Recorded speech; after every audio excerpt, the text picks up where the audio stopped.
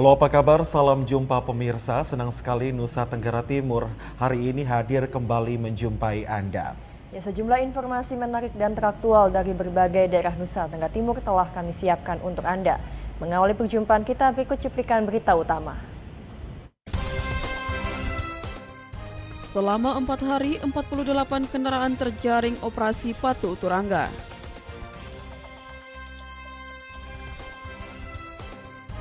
Petani di Kampung Kokor, Desa Tanjung Boleng, kesulitan memperoleh pasokan air untuk mengairi areal persawahan.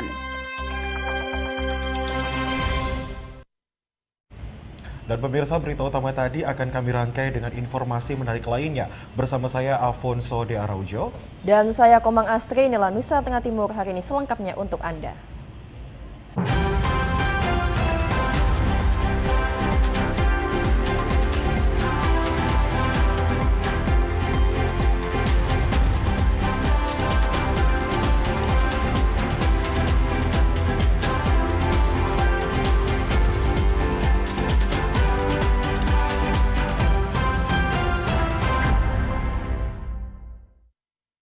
Kita ke berita utama pemirsa. Selama 4 hari menjalankan operasi Patuh Turangga tahun 2023, Satuan Lantas Polres Ngada berhasil menjaring 48 kendaraan yang melanggar peraturan lalu lintas, termasuk anak usia sekolah yang belum layak mengendarai kendaraan di jalanan yang membahayakan keselamatan diri sendiri. Operasi Patuh Turangga Satlantas Polres Ngada di jalanan umum untuk menertibkan kendaraan yang tidak mematuhi aturan berlalu lintas serta membahayakan keselamatan pengguna jalan lainnya sudah berlangsung selama 4 hari dan menjaring 48 kendaraan baik roda 2 maupun roda 4 serta roda 6. Kendaraan yang melintas di area operasi Patuh Turangga dihentikan serta diperiksa kelengkapan surat kendaraan serta kelengkapan kendaraan, termasuk penggunaan helm baik pengendara maupun penumpang kendaraan roda 2. Dalam operasi ini masih ditemukan anak sekolah yang belum layak mendapatkan surat izin mengemudi juga menjadi prioritas utama Satlantas Polres Ngada karena belum cukup umur untuk diizinkan mengendarai kendaraan dan berpotensi mencelakai pengguna jalan raya lainnya. Kasat Lantas Polres Ngada, Ibtu Lino de Jesus menjelaskan operasi Patuh Turangga kali ini semakin ditingkatkan untuk mengingatkan kesadaran berlalu lintas masyarakat serta mencegah terjadinya kecelakaan di jalan raya, termasuk menertibkan kanal pot racing yang sangat mengganggu kenyamanan masyarakat. Sasaran dan target yang dicapai, pertama kami fokus pada di Jawa ini kebanyakan anak-anak di bawah umur yang mengendarai kendaraan bermotor, terutama anak sekolah SMP dan SMA yang masih di bawah umur mengendarai kendaraan bermotor roda 2. Itu sasaran pertama. Sasaran kedua kami kelengkapan kendaraan, yaitu surat-surat kendaraan, terus tidak menggunakan helm, terus mengendarai kendaraan bermotor baik roda 4 maupun roda 2 dalam kondisi mabuk. Terus ketiga, seperti perintah Bapak Kapolres, kami masih fokus pada kenal pot racing juga, baik roda 4 maupun roda 2. Terus untuk roda 4, sasaran kami ya, salah satu ya, fokus kami saat lantas Polres Ngada, kami masih fokus pada kendaraan truk, dump truk yang muat pasir tidak bungkus, yang notabene tumpah di jalan bisa membahayakan pengendara lain, baik roda 2 maupun roda 4. Data yang dirilis oleh Satuan Lantas Polres Ngada selama 4 hari melaksanakan operasi Patuh Turangga 2023 terjaring 33 kendaraan roda 2, 10 unit kendaraan roda 4, dan 5 unit kendaraan roda 6. Dari Kabupaten Ngada, Lexi Nunu, tim TVRI NTT melaporkan. Pemirsa, Kepolisian Daerah Nusa Tenggara Timur menetapkan 5 orang tersangka dalam kasus tindak pidana korupsi pembangunan rumah sakit Pratama Boking di Kabupaten Timur Tengah Selatan. Dalam kasus ini negara dirugikan sebesar 16,5 miliar rupiah.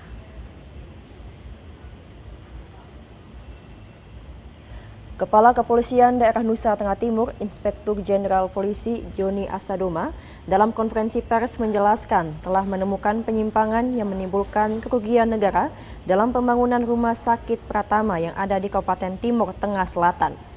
Berdasarkan hasil pemeriksaan terhadap saksi-saksi dan hasil laporan audit kerugian negara, ditemukan adanya penyimpangan yang menimbulkan kerugian negara sebesar 16,5 miliar rupiah. Ada 5 orang yang ditetapkan sebagai tersangka dalam kasus ini, baik dari kalangan pemerintah maupun swasta.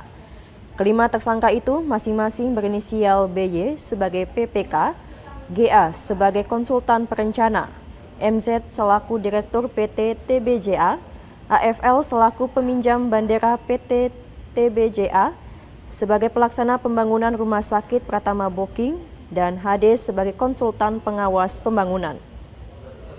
Terdapat tindak pidana korupsi terkait pekerjaan pembangunan rumah sakit Pratama Booking pada Dinas Kesehatan Kabupaten TTS tahun anggaran 2017.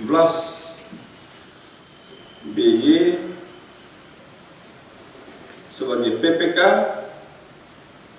kemudian GA sebagai konsultan perencana, kemudian saudara MZ selaku direktur TBJA, kemudian saudara AFL selaku peminjam bendera PT TBJA, dan saudara HD sebagai konsultan pengawas pembangunan.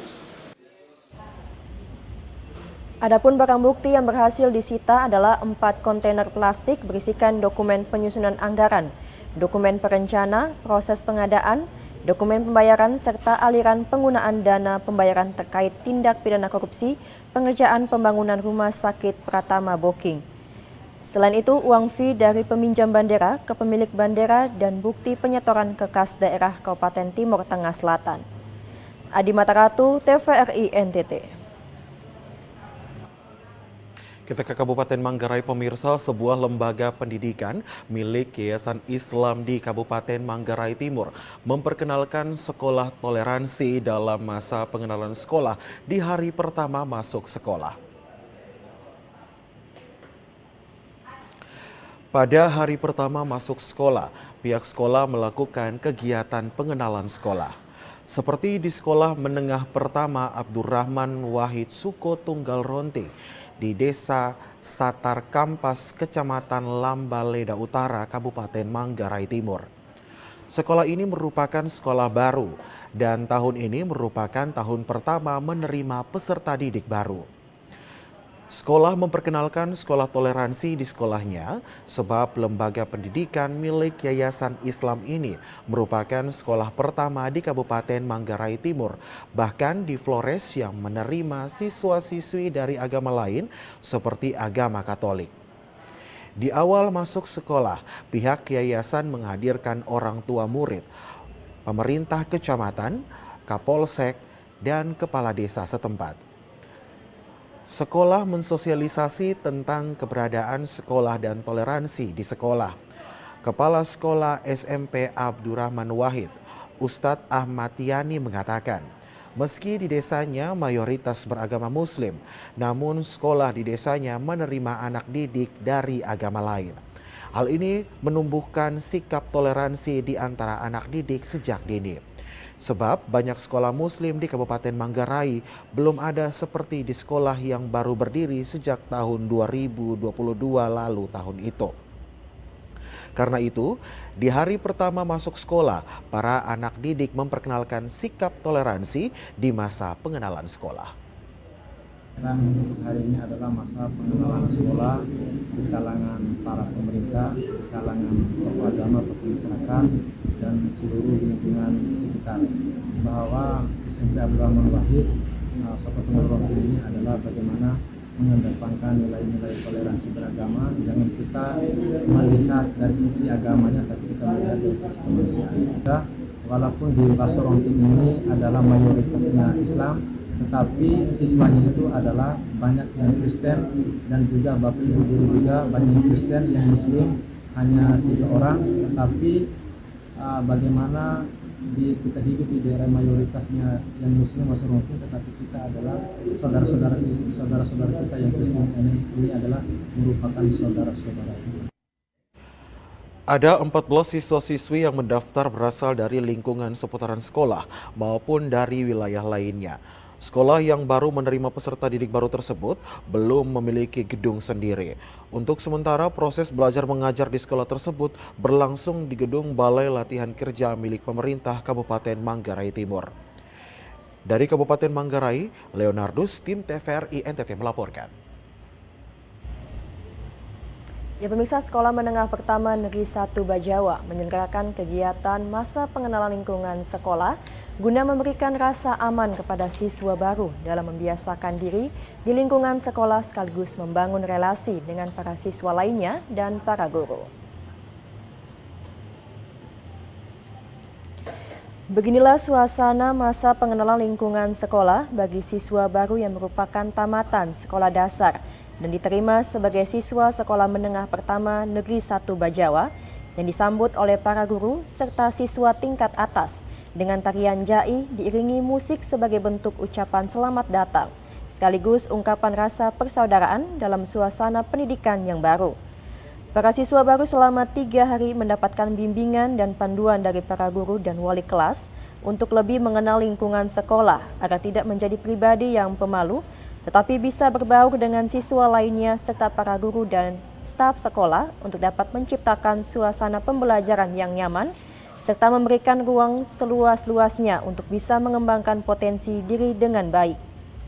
Kepala Sekolah Menengah Pertama Negeri 1 Bajawa, Maria Florida Raja, menjelaskan masa pengenalan lingkungan sekolah merupakan kesempatan pertama bagi siswa baru dalam mengenal lembaga pendidikannya untuk bisa menimba ilmu dengan baik dan membentuk karakter diri sesuai keinginan orang tua dan pendidik demi masa depan siswa itu sendiri. MPLS ini diadakan supaya siswa bisa mengenal lingkungan sekolah lebih dekat dan bisa mengetahui situasi yang terjadi di sekolah ini, bisa mengenal Bapak Ibu guru, bisa mengenal teman-teman dari kelas 8 dan 9 dan lingkungan sekeliling ini. Harapan saya semoga mereka mengikuti kegiatan ini dengan baik dan hal-hal yang mereka terima untuk bekal mereka 1, 2, 3 tahun ke depan dan untuk seterusnya. Itu harapan saya. Selama 3 hari ke depan, para siswa baru akan dibekali dengan berbagai macam ilmu pengetahuan dan pendampingan minat serta bakat sesuai keinginan sehingga mampu tumbuh dan berkembang menjadi pribadi yang unggul dan cerdas serta berperilaku mulia. Dari Kabupaten Ngada, Lexi Nunu, TVRI NTT. Pemirsa, jajaran Kepolisian Resort Timur Tengah Utara bersama sejumlah anak sekolah dan warga membersihkan sampah di terminal bus Kota Keva Manado. Gotong royong dalam membersihkan sampah di terminal bus dan angkutan Kota Keva Manado pada pukul 9 waktu setempat. Dipimpin langsung oleh Kapolres AKBP Muhammad Mukson, puluhan personil Kepolisian Resort Timur Tengah Utara bersama sejumlah anak sekolah SMP Negeri 1 Keva Manado mulai menyapu dan memungut sampah yang berserakan di lokasi terminal. Sejumlah warga yang tengah menawarkan jasa ojek juga diajak serta anggota kepolisian yang ada untuk membersihkan sampah dan membuangnya ke tempat pembuangan yang terletak di belakang lokasi terminal. Bahkan terlihat Kapolres TTU dan beberapa perwira juga ikut membantu petugas kebersihan dalam menyekop dari bak penampungan ke mobil pengangkut sampah. Menurut Kapolres AKBP Muhammad Mukson, kegiatan pembersihan sampah ini serentak digelar jajaran kepolisian di seluruh Indonesia. Hal ini dilakukan dalam rangka peduli lingkungan. Selain berlokasi di Terminal Kota Keva Manado, pembersihan sampah juga dilakukan di pantai utara Wini oleh jajaran kepolisian yang ada di daerah tersebut. Jajaran Polres Timur Tengah Utara beserta Polsek melaksanakan kegiatan bersih-bersih lingkungan dalam rangka peduli lingkungan bersama Polri Presisi. Di sini kami melibatkan adik-adik Gen Z ini. Mereka sangat senang dan antusias, walaupun mereka masih dalam kondisi libur, tapi mereka sangat antusias ikut membantu kami membersihkan lingkungan khususnya di terminal, karena memang untuk Kabupaten Timur Tengah Utara untuk pesisir pantai itu berada di wilayah Wini, sehingga Polsek Wini yang nanti membersihkan di sana. Yang menjadi perhatian kami adalah di seputaran terminal Keva Manado ini memang sering sekali sampah-sampah terlihat berserakan, karena kesadaran masyarakat kita yang perlu lagi untuk diimbau untuk bersih lingkungan. Sementara itu, perwakilan SMP Negeri 1 Keva Manado yang ikut dalam kegiatan pembersihan sampah bersama kepolisian mengungkapkan kepedulian akan lingkungan yang bersih sudah menjadi salah satu didikan dan juga ajaran kepada siswa. Dari Keva Manado, Joseph Praso, tim TVRI NTT melaporkan.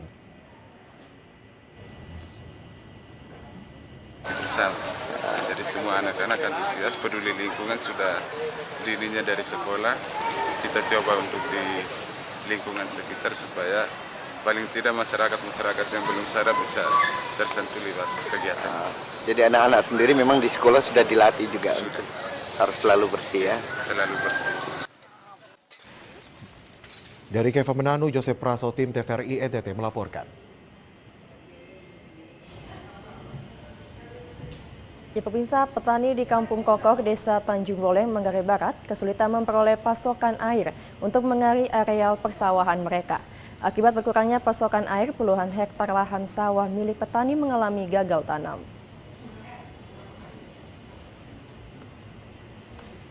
Derita puluhan tahun petani sawah di Kampung Kokor ini terus dirasakan. Minimnya pasokan air menjadi persoalan utama para petani. Menurut pengakuan para petani, kondisi ini sudah berlangsung lama dan kurang mendapat perhatian dari pemerintah daerah Kabupaten Manggarai Barat. Mahalnya biaya operasional penggunaan mesin pompa air membuat puluhan hektar sawah milik petani alami gagal tanam setiap tahunnya. Petani berharap agar pemerintah daerah mampu mengatasi persoalan yang dirasakan selama ini sehingga kecemasan gagal panen akan teratasi. Harapannya Pak, kami sebagai petani masyarakat Dusun Kokor, Desa Tanjung Boleng, Kecamatan Boleng, Kabupaten Manggarai Barat, mengharapkan bantuan dari pemerintah agar nantinya bisa buatkan bendungan atau saluran air untuk sawah kami yang tak ada hujan, sehingga nantinya ke depan kami bisa melakukan 2 kali tanam dalam setahun. Sejak lama sawah kami ini seperti ini terus kondisinya.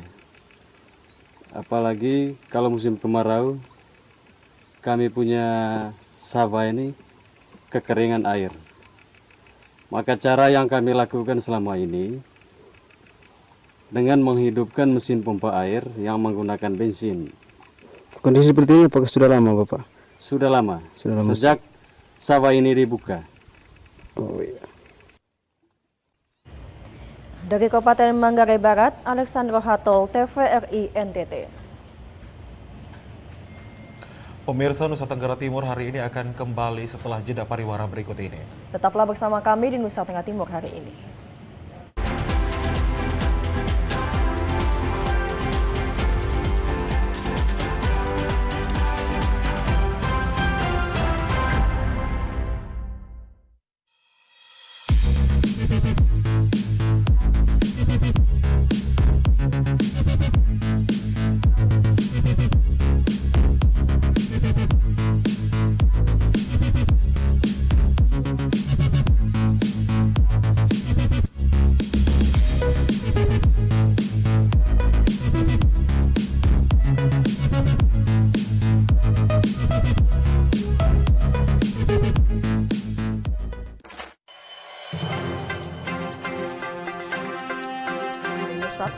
Timur hari ini kembali hadir menyapa Anda. Inflasi di Timur Tengah Selatan, Ekosistem bisnis dan pengembangan koperasi, tanggul jembatan Termanu yang pemirsa pemerintah Provinsi Nusa Tenggara Timur menerapkan kebijakan masuk sekolah pukul 5 pagi. Dalam rangka meminimalisir informasi yang kurang akurat mengenai cuaca ekstrim beberapa waktu. Menyajikan berita teraktual dan menarik seputar Nusa Tenggara Timur secara lugas dan terpercaya. Saksikan Nusa Tenggara Timur hari ini, setiap hari pukul 17 waktu Indonesia Tengah, hanya di TVRI NTT, Ketong TV.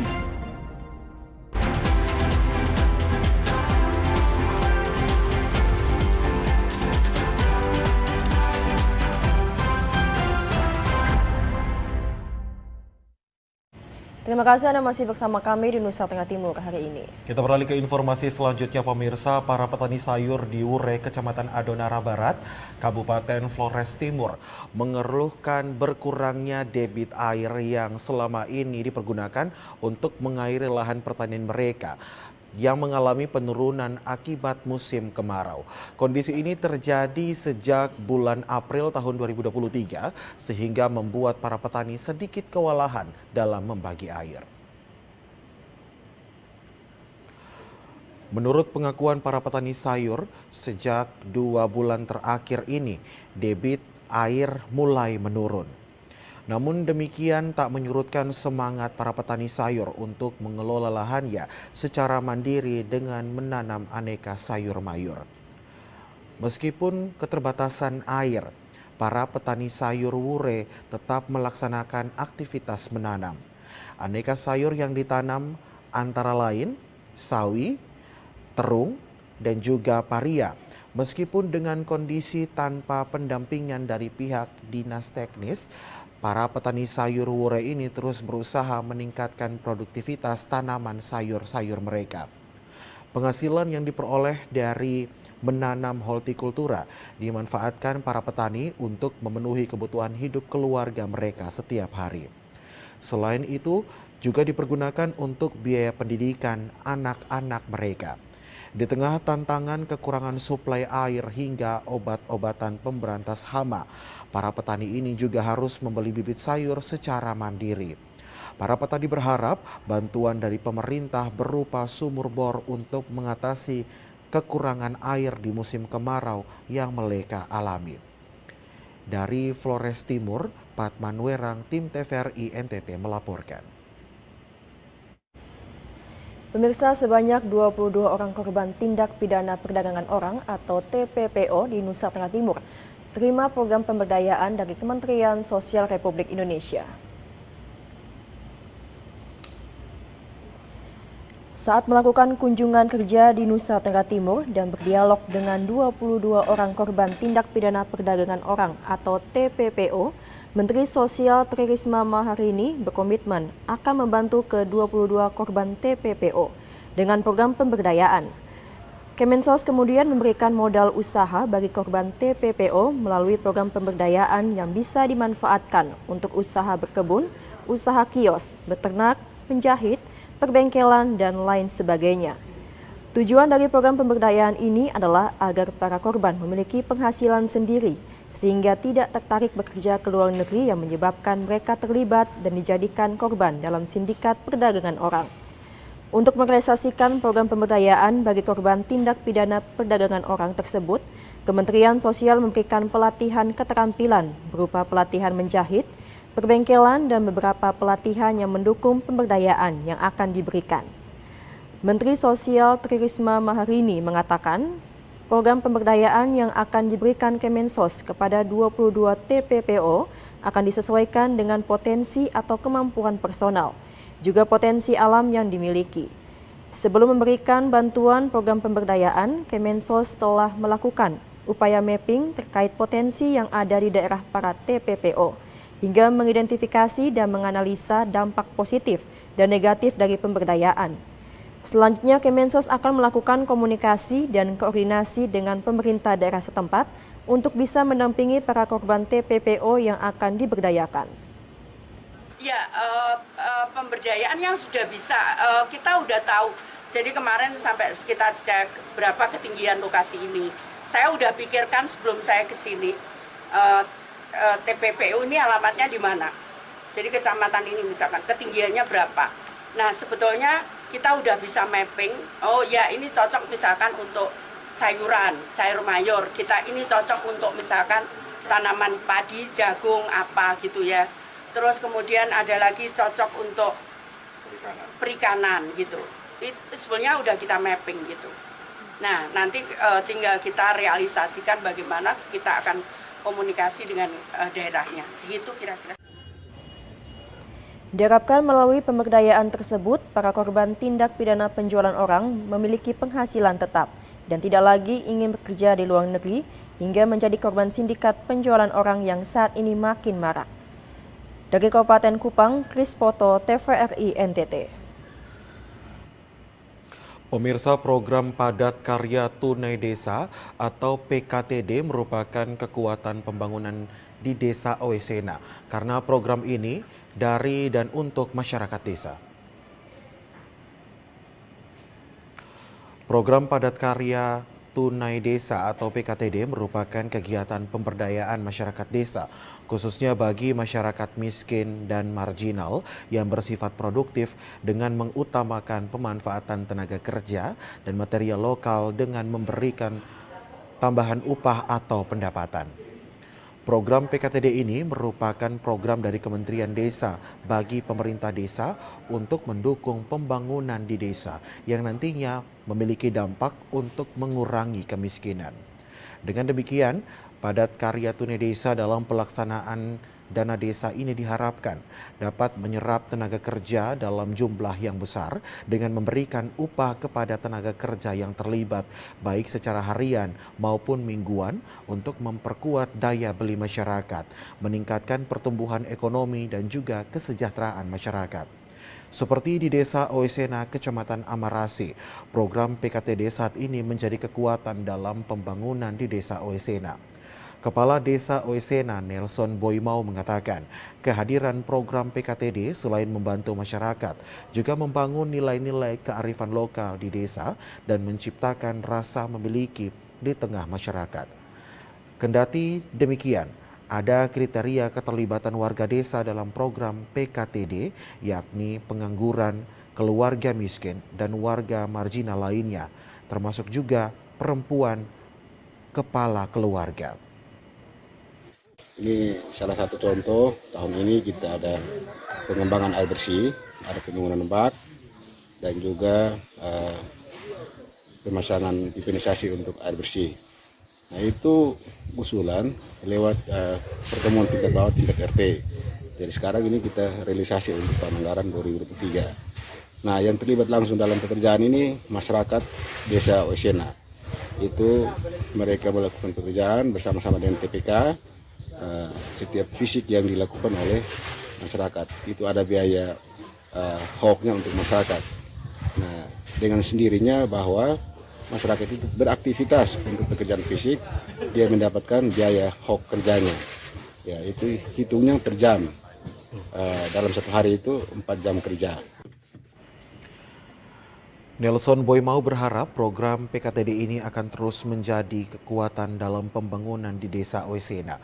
Dari Kabupaten Kupang, Kris Poto, tim TVRI NTT melaporkan. Pemirsa, kelompok penerima manfaat di Kelurahan Fatokoa mendapatkan 20 ekor sapi bantuan dari Balai Veteriner Bali.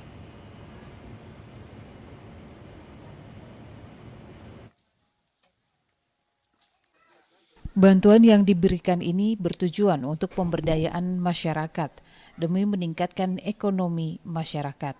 20 ekor sapi bantuan ini juga merupakan upaya meningkatkan populasi ternak sapi di wilayah Fatokoa. Kelompok penerima manfaat di Kelurahan Fatokoa dihimbau untuk fokus pada apa yang telah menjadi tujuan diterimanya bantuan ternak sapi. Kerja keras dibutuhkan sehingga bantuan yang diterima tidak sia-sia. Merasa gembira atas bantuan yang diterbitkan dari program ini kepada masyarakat, dan masyarakat juga sangat senang karena apa yang mereka peroleh ini semuanya sehat-sehat. Sapi ini sumbangan ini bagus. Kalau bisa ini untuk sementara baru satu kelompok yang ada di Fatukoa. Kalau seperti ini jangan hanya satu kelompok saja. Bisa lebih dari kelompok, 2 atau 3 kelompok, agar masyarakat yang terima itu kalau bisa lebih banyak daripada hari ini. Masyarakat setempat mengharapkan ada banyak lagi bantuan untuk mereka di desa ini. Selain itu, sapi-sapi bantuan ini akan dimanfaatkan mereka dengan baik. Venido Adimataratu, TVRI NTT. Program Kebun Contoh di lokasi Civic Center selain dalam rangka mengatasi persoalan kekurangan pangan, kemiskinan ekstrim, kasus stunting juga untuk memotivasi seluruh masyarakat Timur Tengah Selatan agar bekerja keras dan tidak boleh meninggalkan satu jengkal tanah pun menjadi lahan tidur. Kepala Bapeda Timur Tengah Selatan, Yohanes Benu menjelaskan, kebun contoh lokasi Civic Center seluas 50 hektar yang dikerjakan seluruh organisasi perangkat daerah dalam rangka mengatasi persoalan kekurangan pangan, inflasi ekonomi, kemiskinan ekstrim, dan masalah stunting di wilayah Kabupaten Timur Tengah Selatan merupakan program dadakan Bupati Timur Tengah Selatan. Keberadaan kebun contoh ini untuk memotivasi seluruh masyarakat Timur Tengah Selatan agar bekerja keras dan tidak boleh meninggalkan satu jengkal tanah pun untuk menjadi lahan tidur, tetapi dikelola untuk memenuhi kebutuhan ekonomi keluarga. Program ini tidak masuk dalam perencanaan pemerintah daerah sehingga tidak membutuhkan anggaran dari daerah. Tetapi Bupati mengamatkan untuk dilakukan swadaya setiap pimpinan organisasi perangkat daerah. Kini kebun contoh mulai menunjukkan hasil.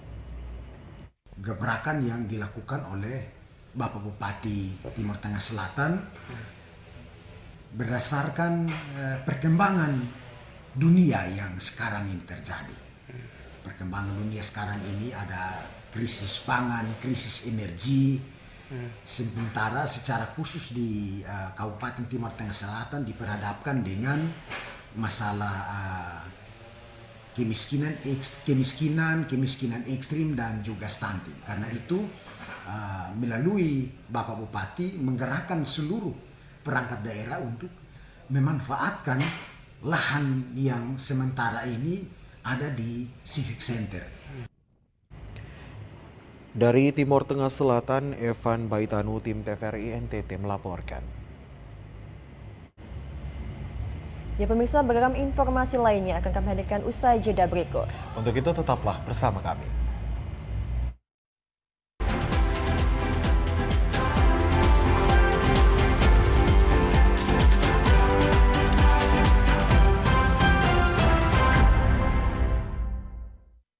Om Swastiastu. Om Swastiastu. Baik pemirsa TVRI Nusa Tenggara Timur, terima kasih Anda masih bersama kami dalam acara Mimbar Agama Hindu. Ilmu pengetahuan itu adalah mempermudah kehidupan kita, sedangkan agama untuk menuntun kehidupan kita. Om Swastiastu. Saksikan Mimbar Agama Hindu setiap Kamis pukul 16 hanya di TVRI NTT. Jelaskan kepada para pemirsa di rumah, apa sih dok itu jantung, fungsinya dok, dan kenapa penting bagi kita membahas topik kita pada hari ini. Siapa bilang sehat itu mahal? Kesehatan mulut kita harus pelihara melalui pertemuan sore hari. Dapatkan informasi baru seputar kesehatan di Solusi Sehat setiap Selasa pukul 15 WITA hanya di TVRI NTT, Katongpung TV.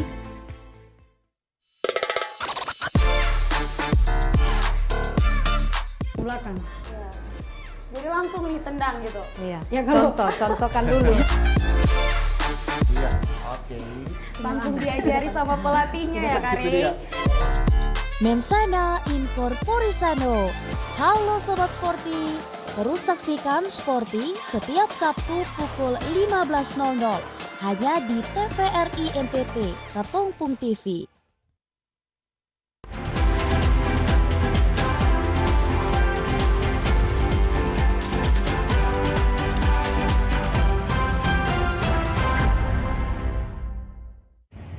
Pemirsa, terima kasih Anda masih bersama dengan Nusa Tenggara Timur hari ini. Kita beralih ke informasi selanjutnya. Pemirsa, Yayasan Pelita Kehidupan Masyarakat telah menyerahkan 9 unit rumah bantuan bagi warga di Desa Eno Nabuasa. Namun karena progres pembangunan berlangsung cepat, pihak yayasan kemudian kembali memberi bantuan 15 unit rumah di desa ini. Ketua YPKM Sandi Matias Rupidara mengatakan selama program bantuan rumah ini berlangsung di Eno Nabuasa mengalami kemajuan yang paling cepat. Warga begitu antusias menerima bantuan ini dan bersama-sama menyelesaikan pembangunan rumah tepat waktu. Untuk mengapresiasi kinerja warga dalam merampungkan pembangunan rumah ini, pihak YPKM menambah bantuan rumah sebanyak 15 unit rumah bagi warga tidak mampu di desa ini. Pihak yayasan berharap agar setiap warga yang menerima bantuan tidak terlena dengan kondisinya, namun selalu berusaha agar bisa keluar dari garis kemiskinan. Sementara itu, Ketua Adat Kecamatan Noebeda, Robi Nabuasa mengatakan, dirinya sangat berbangga dan berterima kasih atas bantuan yang telah didapat warga. Ia berharap bantuan ini tetap dilakukan sehingga memudahkan kehidupan warga. Dirinya pun mengingatkan warga agar berusaha keluar dari kondisi kemiskinan yang selama ini mereka alami. Melalui Yayasan YPKM ini sangat bagus, sangat membantu dan menyentuh langsung di masyarakat. Dan kami berharap kepada yayasan ini supaya ke depan bisa berkelanjutan sehingga masyarakat yang masih rumahnya belum layak huni bisa dibantu untuk sama dengan yang sekarang sudah ada. Ketua Adat Kecamatan Noebeba Robi Nabuasa berharap warga yang telah menerima bantuan lebih bergiat sehingga persoalan ekonomi mereka makin hari makin baik. Dari Kabupaten Timur Tengah Selatan, Ambuga Lamauran, TVRI NTT. Pemirsa, Jalan Kelurahan Silaselan merupakan jalan lingkungan karena statusnya termasuk jalan kelurahan sehingga pekerjaan jalan dikelola oleh pemerintah kelurahan melalui dana DAU spesifik grant bukan kabupaten. Kepala Bapeda Timur Tengah Selatan Yohanes Beno ketika menanggapi aksi demo warga Kelurahan Oebesa yang secara spontan memperbaiki jalan lingkungan Silaselan beberapa waktu lalu, mengatakan status jalan Kelurahan Silaselan merupakan status jalan lingkungan. Bukan jalan kabupaten, karena itu yang punya kewenangan untuk memperbaiki jalan tersebut adalah pemerintah kelurahan melalui sumber dana DAU yang dialokasikan setiap tahun sebesar 200 juta rupiah. Pekerjaan jalan tersebut idealnya diusulkan melalui LPM pada saat musrengbang tingkat kelurahan, kecamatan, kemudian kabupaten. Setelah itu diasistensi melalui Badan Perencanaan Pembangunan Daerah Bapeda dan dicairkan untuk dikelola oleh kelurahan dalam mengatasi berbagai persoalan di kelurahan termasuk jalan lingkungan kelurahan. Kondisi keuangan kita untuk pelaksanaan kegiatan jalan-jalan dalam kota itu juga belum terbiayai mulai dari tahun kemarin sampai dengan tahun sekarang karena keterbatasan anggaran yang dialokasikan oleh pemerintah pusat.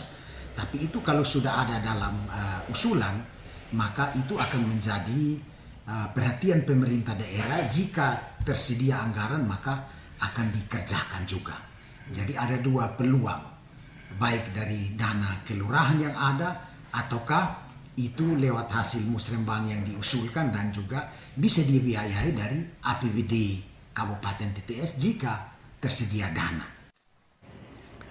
Kepala Bapeda Timur Tengah Selatan mengimbau kepada masyarakat Kelurahan Oebesa agar tidak terprovokasi dengan berbagai penjelasan oknum-oknum yang tidak bertanggung jawab untuk menjatuhkan pemerintah daerah.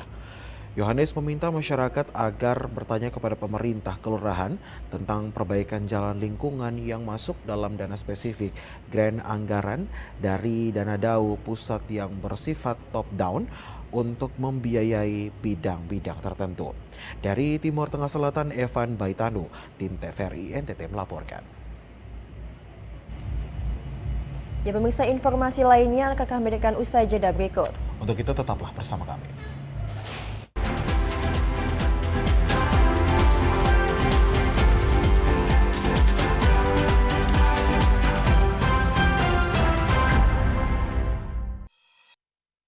Jalan Negara Trans Selatan Timur Tengah Selatan dengan menutup lubang di badan jalan menggunakan material tanah dan batu.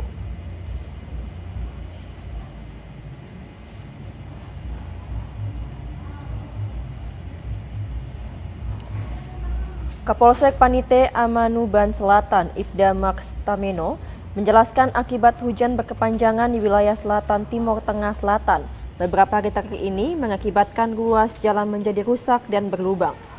Di ruas jalan Negara Trans Selatan, tepatnya di wilayah Bena yang menghubungkan kota Kupang Malaka, Kabupaten Belu, dan negara Timor Leste, terjadi kerusakan cukup berat. Nyaris sebagian badan jalan rusak dan berlubang sehingga sering terjadi kecelakaan hingga merenggut nyawa. Prihatin dengan kondisi jalan berlubang, Kapolsek Panite berkoordinasi dengan pihak Kecamatan Amanuban Selatan, pihak Koramil 162105 Panite, dan masyarakat setempat untuk bekerjasama memperbaiki kerusakan jalan secara swadaya. Max Tameni berharap pemerintah segera memperbaiki ruas jalan yang rusak untuk mengurangi kecelakaan lalu lintas. Tempat tersebut merupakan salah satu titik rawan kemacetan lalu lintas maupun terjadinya kecelakaan yang mana sering mengakibatkan kerugian pada masyarakat pengguna jalan raya tersebut. Oleh karena itu kami dari Polsek Amanuban Selatan sangat merasa berterima kasih kepada masyarakat yang mana secara spontanitas meluangkan waktu, tenaga untuk bekerja sosial memperbaiki jalan tersebut sehingga dapat dilalui oleh arus lalu lintas dengan aman lancar. Berkat kerjasama yang baik aparat Polsek Amanuban Selatan dan pihak Kecamatan Amanuban Selatan serta anggota Koramil 162105 Amanuban Selatan, kerusakan jalan telah diperbaiki walau secara darurat. Dari Kabupaten Timur Tengah Selatan, Evan Baitanu, TVRI NTT. Dinas Koperasi menggelar pasar murah dalam rangka menyambut HUT Koperasi yang ke-76. Pasar murah bekerjasama dengan badan usaha milik negara serta para distributor untuk membantu warga kurang mampu dalam pemenuhan bahan makanan dengan harga yang terjangkau. Jelang HUT Koperasi ke-76, Dinas Koperasi yang bekerja sama dengan seluruh koperasi dan distributor serta BUMN menggelar pasar murah di halaman kantor Bupati ND. Pelaksana tugas Kepala Dinas Koperasi, Kapitan Lingga menyampaikan pasar murah ini digelar selama 2 hari yang bekerja sama dengan pihak BUMN dan juga pihak distributor. Ia juga menyampaikan kegiatan pasar murah ini dalam rangka menekan harga sembako, khususnya beras yang saat ini harganya belum stabil. Selain itu, untuk meringankan warga kurang mampu dalam pemenuhan bahan makanan. Cara yang ketiga yaitu adalah pasar murah.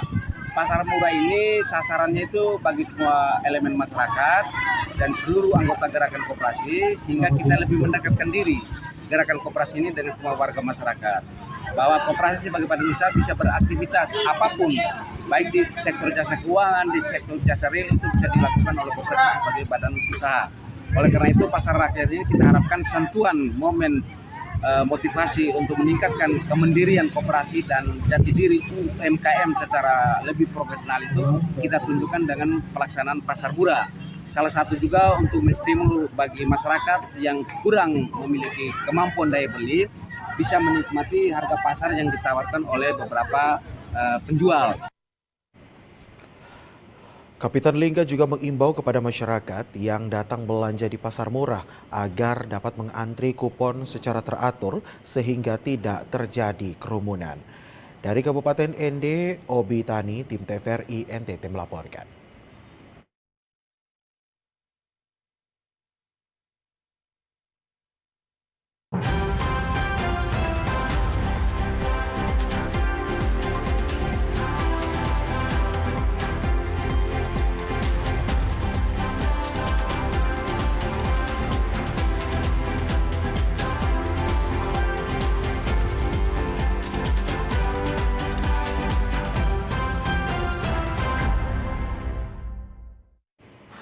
Dan saudara, informasi tentang pasar murah tadi sekaligus mengakhiri perjumpaan kita hari ini.